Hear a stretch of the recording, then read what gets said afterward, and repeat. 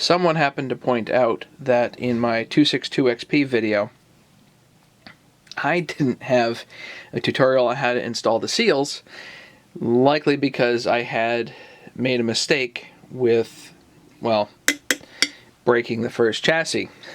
Anyway, so I want to make an addendum video showing how to install seals on a 262XP, and I'm only going to show this side because the other side, I think I have a video on.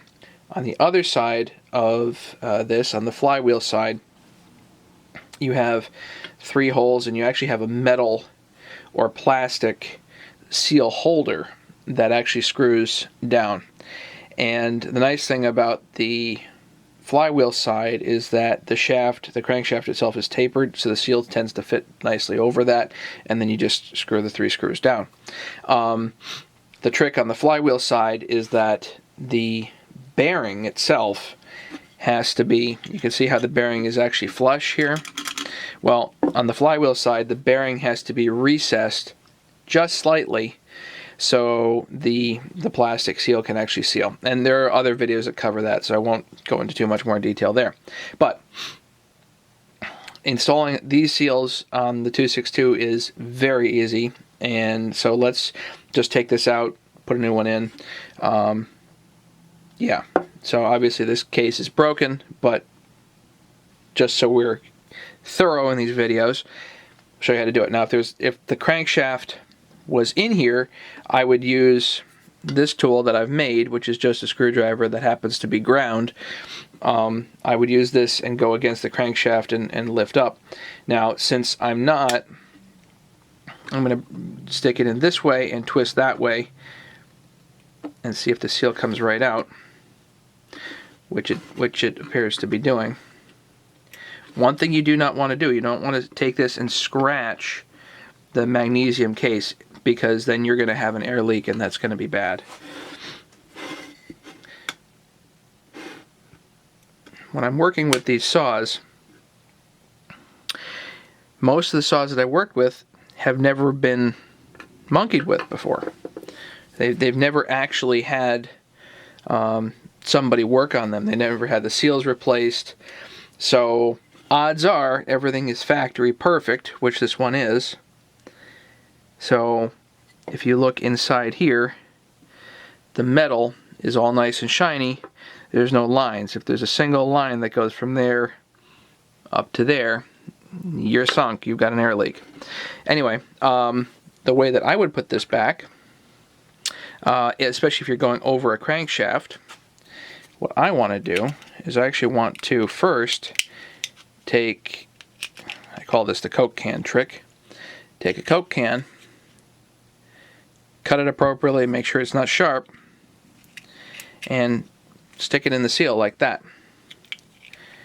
And you want to go always, instead of against the sharpness, away from the sharpness when you're rolling this. But then what you do is you actually stick this around the crankshaft right here. So let's imagine that the inner part of the bearing is the crankshaft. And then you can slide the seal down just like that. And you can shorten this if you need to.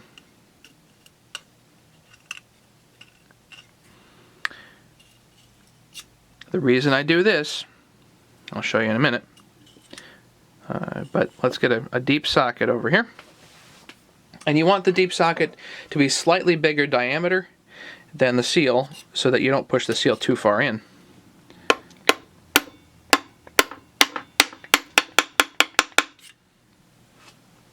Now your seal's installed. Now this one I don't really care about because this whole thing is buggered anyway. I'm going to throw the whole thing out, but good for demonstration purposes.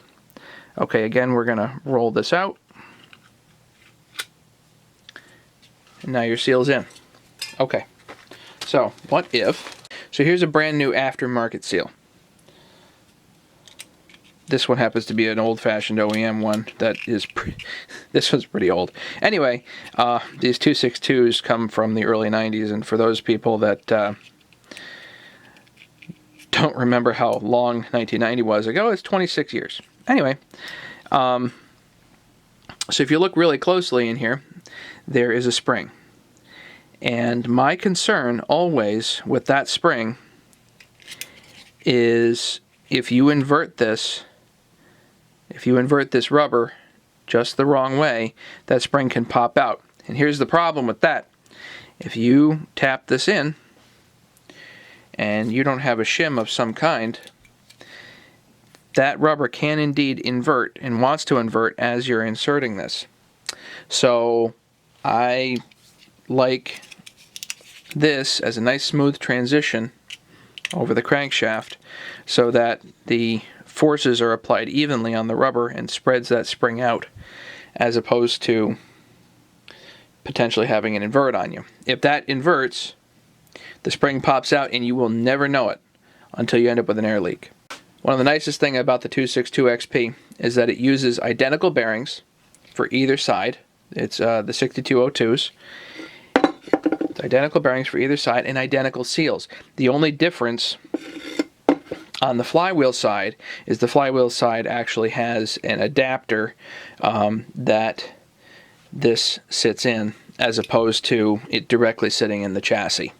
That's the only difference. It makes the saw really easy to work on when you have identical bearings and identical types of seals. That is certainly one of the benefits to working on this particular chassis. This does go for the 262, the 257, the 261, I believe the 254, and potentially other models as well. Anyway, I hope you like this video. I want to be as thorough as possible, so if you guys happen to see a step that I missed somewhere, please feel free to point it out, and I will try to make a video that addresses that particular issue if need be. Anyway, thank you so much for watching, and don't forget to subscribe.